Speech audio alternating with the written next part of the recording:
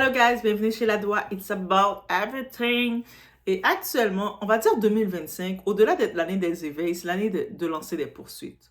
C'est l'année, on fly des poursuites. Et là, oui, on a notre très beau chanteur, notre très beau talentueux, Christopher Brown, qui, qui lance une poursuite. Et puis, il se laisse pas faire, parce qu'on sait l'année dernière, en 2024, ils ont lancé un documentaire sur lui pour le dire, pour le mettre comme étant le prédateur qui terrorise toutes les femmes. Avec plein de types d'accusations qui sont venues. Et en vrai, dans ce documentaire, on mettait en avant son histoire de 2009 avec Rihanna qui est passée. C'est pas qu'on on normalise le tout, mais les deux parties sont venues à une entente, à des excuses publiques. Et tu sais, chacun font leur vie. Mais dans le documentaire, il revenait toujours sur le cas de Rihanna, qui était le seul cas qui était légalement, qui avait été fait, qu'il avait ses charges. Et là maintenant, Chris Brown est comme, ah, attends, vous faites un documentaire pour me salir, me diffamer comme ça, vous faites l'argent sur mon nom pour me salir, j'ai pris du temps, après l'histoire de Rihanna, j'ai pris du temps pour me reprendre. Non, non, non, non, non, non, non. Vous allez me payer back parce que je perds des contrats à cause de vous encore. Vous voulez me faire perdre des contrats avec votre documentaire que vous voulez faire du buzz sur mon nom. Il poursuit Warner Bros. Pour ce documentaire-là de 500 millions. Et le chiffre 500 millions, c'est pas Justin Baldoni qui avait fait ça avec... Ok, lui aussi a fait ça aussi. Et je sais même plus qui suit dans les poursuites. Mais il vient de lancer sa poursuite et on regarde le tout. Merci aussi à notre très cher Doissin qui a dit... Hey, qu'est-ce que tu penses de l'histoire? Les Doissins, vous êtes à jour. Je vous dis, les Doissins, vous êtes à jour. So, on y va, sans perdre d'instant. It's about everything.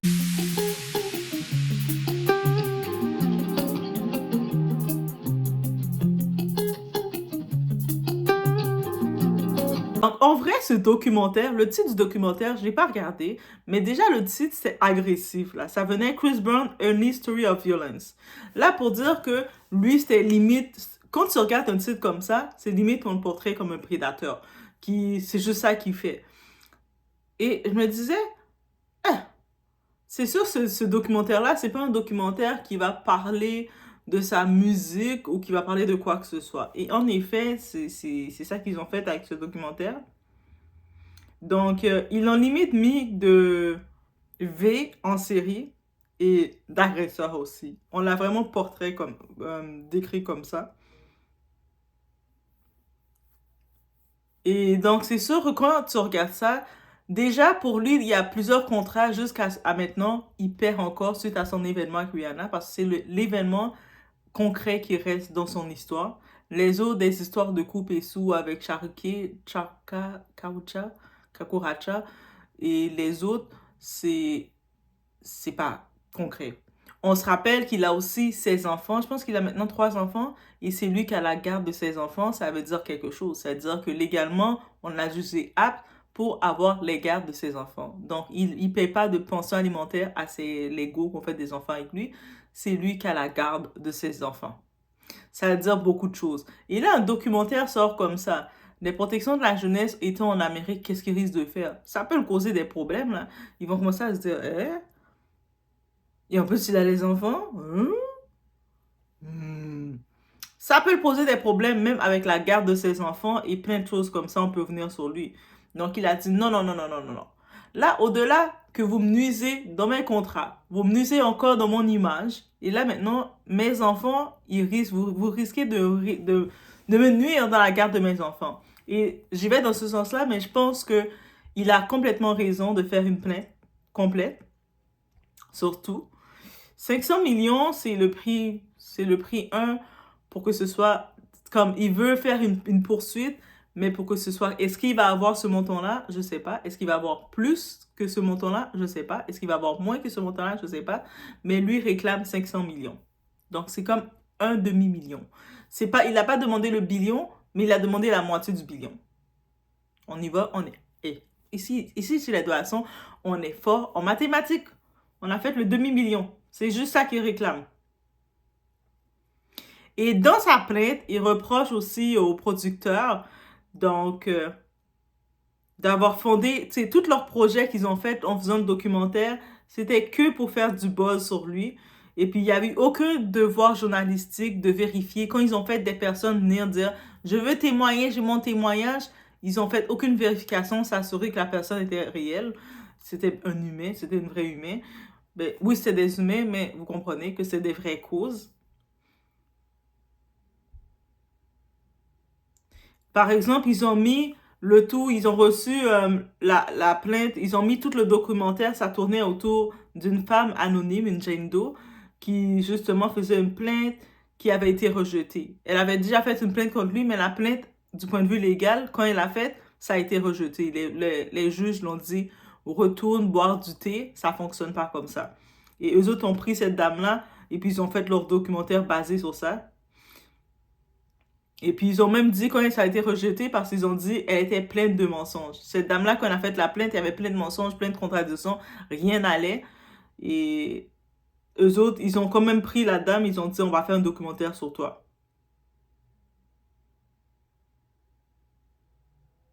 Donc, Warner Bros., qui est la société de production Ample Entertainment, et la plaignante non identifiée ont produit cette série documentaire dans le but de diffamer alors qu'il a passé plusieurs années à rétablir sa réputation. Et qu'on aime ou qu'on n'aime pas Chris Brown, on le sait que c'est vrai. Il a passé, actuellement, en 2025 jusqu'à maintenant, Chris Brown n'est pas au niveau qu'il aurait dû être. Quand on parle de côté musical, quand on regarde de côté talent, il écrit ses textes, il fait ses danses, ses chorégraphies, parce que c'est lui aussi qui crée ses chorégraphies. Il chante.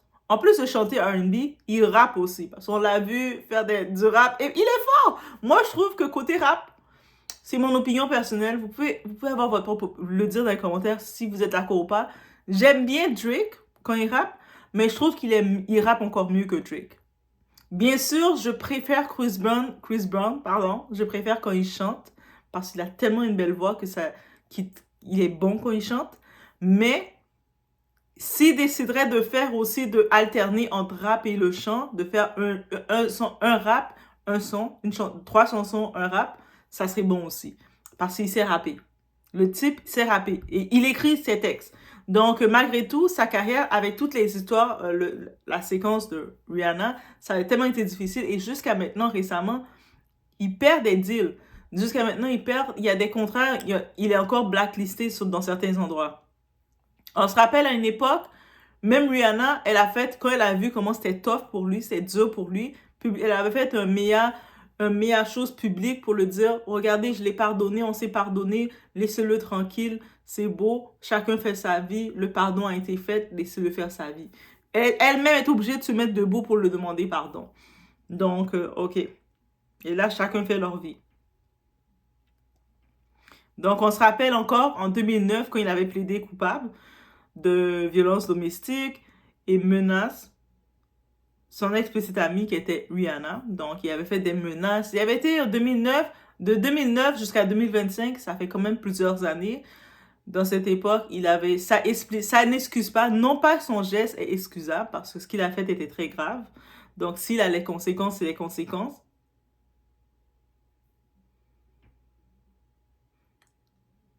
Et par contre, suite à ça, qu'est-ce qui arrive avec Chris Brown? Il a un tempérament explosif. Il s'énerve facilement. Il pète des coches ou des fois, il est très intense dans ses relations. On a pu aussi, c'est à partir de là qu'on a détecté sa bipolarité. Donc, et puis, à un moment, quand on est sur sa page Instagram, parce qu'il est quand même très proche de sa communauté, il parlait que les médicaments de bipolarité le problème avec les médicaments le permettait pas le bloquait sa créativité. Et c'est ça le problème qu'il avait avec ça. Sinon, oui, suite à ça, s'il n'a pas aidé, il y a eu plusieurs accusations contre lui de ses anciennes compagnes qui ont été faites.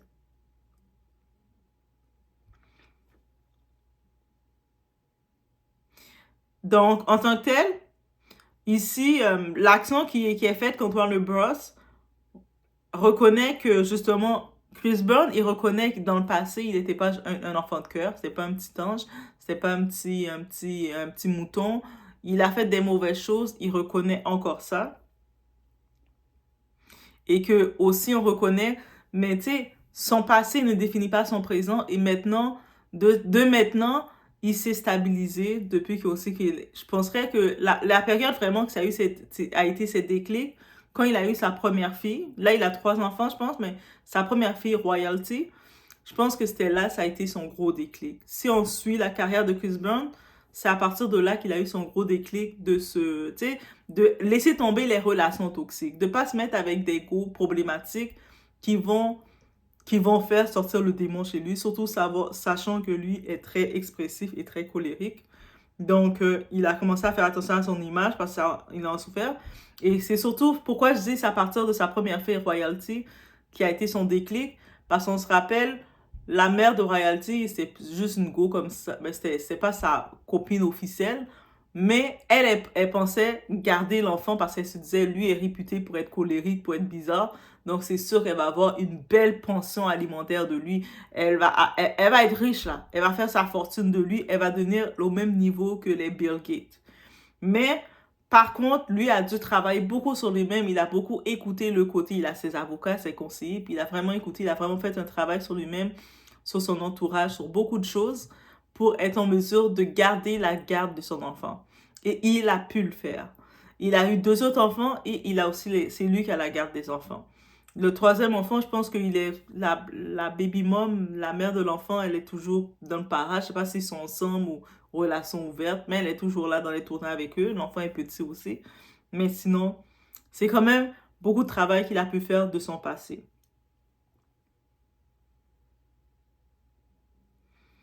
Et la chose intéressante à savoir de notre ami Chris Brown.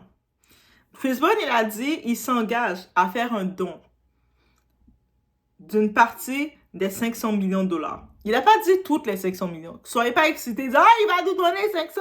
Non, non, non. Il va donner une partie. Ça peut être 1 million, ça peut être 2 millions, ça peut être 20 dollars. C'est une partie. Une partie, on ne sait pas c'est quel bout de la partie.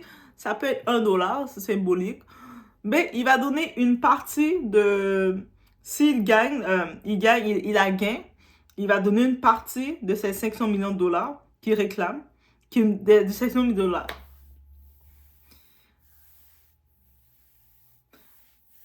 Et il va les donner pour ceux qui sont victimes d'abus sexuels ou qui sont victimes d'abus. Donc, dans les différents organismes où il y a les personnes, les victimes, ça peut être hommes et femmes qui sont victimes de ce genre de crime. Mais lui, s'il a un gain de sa cause, il va donner une partie pour eux autres. Comme en même temps pour symboliser qu'il est aussi pour cette cause et qu'il a vraiment évolué, fait un pas. Mais en tant que tel aussi, en faisant cette plainte, qu'est-ce qu'il veut? Mais c'est qu'on le laisse tranquille. Il dit, depuis 2009, je me bats avec mes erreurs. Et puis après 2009, on ne va pas se mentir, il était dans des relations toxiques avec des kakurachas, des autres personnes, d'autres relations bizarres qu'il avait. Et puis, suite à ça, il a eu la naissance de sa première fille, Royalty. On a pu voir réellement qu'il a fait un nettoyage dans son entourage. On l'entendait beaucoup moins dans des relations bizarres, catastrophiques, parce qu'il a compris que c'est pas seulement être belle qui suffit. Tu sais, comme tu vas pas être avec une personne qui est toxique pour toi, qui va faire sortir le mauvais chez toi. Et puis on l'entend plus dans aucun bad buzz, techniquement. On se rappelle même récemment, c'était l'année dernière, pendant la fête d'Halloween, on voyait que les bébés bad boys, ils voulaient se battre avec Reggie, ils commençaient à l'entourer. Et qui est venu calmer le tout? C'est Chris Brown. Et ça vous dit pas qu'il a commencé à changer, il commence à calmer ses petits frères. Et les petits, faut pas faire ça, ça vaut pas la peine. C'est-à-dire que lui-même est devenu calmé. Et ça veut dire que oui, il a évolué, il a changé, je pense.